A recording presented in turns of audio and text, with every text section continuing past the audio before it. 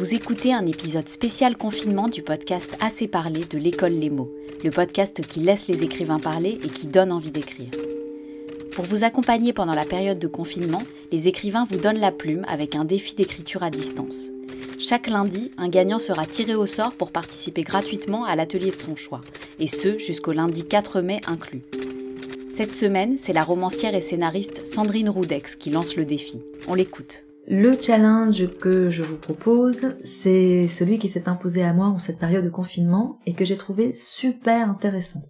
Vous allez choisir un lieu de votre appartement. Un lieu, c'est-à-dire un cadre, un endroit où vous pourriez prendre une photo, un endroit qui vous inspire ou qui vous intrigue, un endroit où vous n'allez jamais ou au contraire où vous passez sans arrêt, sans vous arrêter. Ça peut être un coin de la cuisine, une fenêtre, la table du salon, la porte d'entrée, une paire de chaussures abandonnée sur le parquet.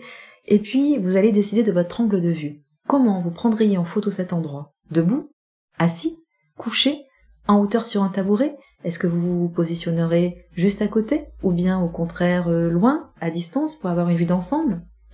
À ce moment-là, une fois que vous avez décidé tout ça, vous allez regarder votre scène et votre endroit. Vous allez ouvrir grand vos yeux et observer pendant 5 minutes top chrono.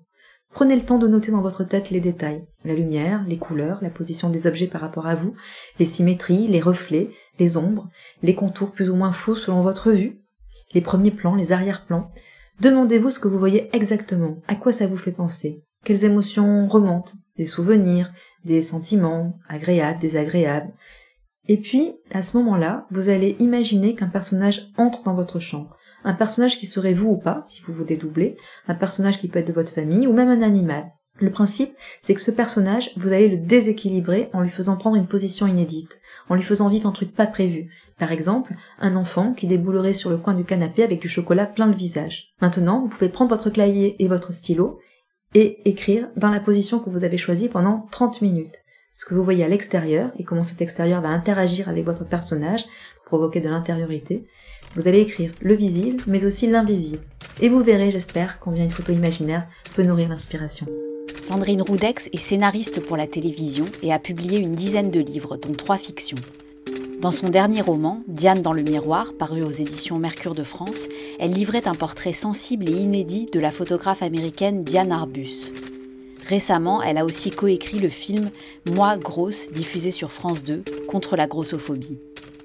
À l'école Les Mots, son prochain atelier s'appellera « Écrire comme on prend une photo », un sujet très important pour elle puisqu'il est lié à ce qu'elle a vécu elle-même comme une révélation.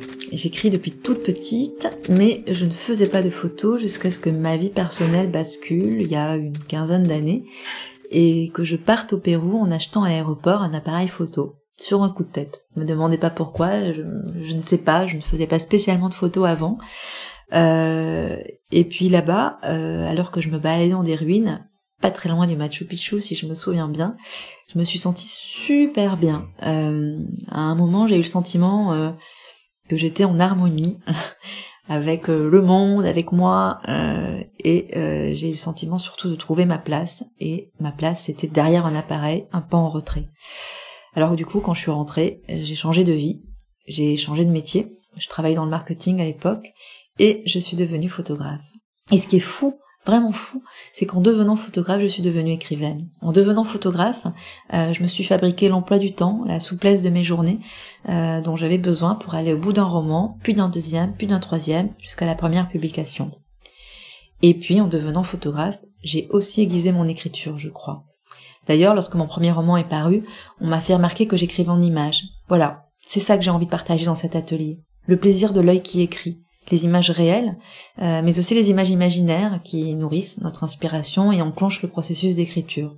Dans cet atelier, on va apprendre à écrire une scène comme on prend une photo, c'est-à-dire en choisissant le cadre, le lieu où va se dérouler l'histoire, puis le modèle, c'est-à-dire le héros, puis l'angle de vue, c'est-à-dire la place du sujet qui raconte. Est-ce que c'est votre héros lui-même, comme dans un autoportrait ? Est-ce que c'est un narrateur extérieur, comme un photographe professionnel qui débarque dans un mariage où il ne connaît personne ? Est-ce que c'est un personnage proche du héros, qui fait partie de l'histoire, même s'il n'en est pas le principal moteur ? Qu'est-ce qu'on veut dire ? C'est ça, moi, qui m'intéresse. Qu'est-ce qu'on veut garder dans le flou ? Qu'est-ce qu'on veut mettre sous le projecteur ? Qu'est-ce qu'on veut griser d'ombre ? Et puis, avec quelle vitesse dans l'action ? Quelle lenteur ? Quelle immobilité ? J'ai aussi eu envie de créer cet atelier pour remettre les gens dans leur corps. C'est un truc dont j'ai besoin, moi aussi, parfois, de débrancher, d'oublier ma tête pour revenir à mes sensations. Je crois pas qu'on puisse écrire en restant à la surface de l'action. Il faut apprendre à laisser remonter les émotions, sans censure, sans ordre, parfois. Écrire une scène comme on la prendrait en photo, en la figeant, ça permet ça, de descendre en profondeur et de raconter le visible, mais aussi l'invisible. En attendant de retrouver Sandrine Roudex, à vous de jouer. Envoyez votre texte dès que possible sur le lien renseigné dans la présentation de l'épisode et n'hésitez pas à partager un extrait de vos mots sur les réseaux sociaux avec le hashtag #DéfiLesMots. On a hâte de vous lire. À bientôt. Faut-il fumer des drogues, draguer des femmes pour avoir des machins à écrire? Dois-je fumer du crack, que craquer pour des femmes pour devenir une machine à écrire?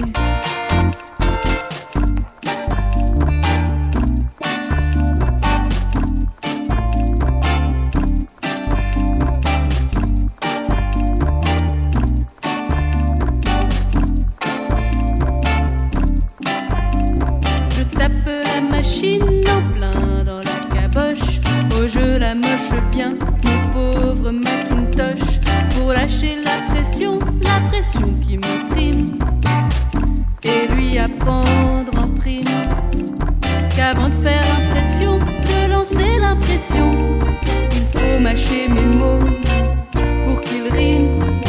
Est-ce parce que rien ne me touche, que rien de bon ne sort de ces touches? Faut-il fumer des drogues, draguer des femmes pour avoir des machins à écrire?